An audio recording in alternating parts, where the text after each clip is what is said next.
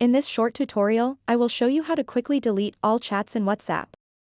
Deleting all chats can be beneficial if you want to start fresh or get rid of old messages that are no longer needed.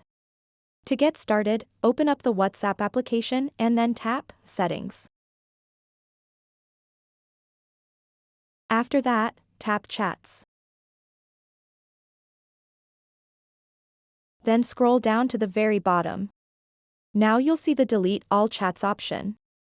Tap on it. And then enter your phone number. All you have to do next is tap Delete All Chats. It's important to note that deleting all chats is irreversible.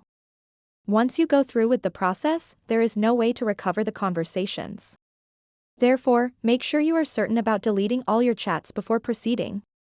Remember to back up any important information or media before taking this step to avoid losing anything valuable. By following a few simple steps within the app settings, you can easily remove all your chat history and start fresh on WhatsApp. So that wraps up this tutorial. If you have any questions about this whole process, please let me know in the comments section below. And if this video helped you out, please give it a big thumbs up and subscribe to this channel for more tutorial videos like this one. Thank you so much for watching and have a good day.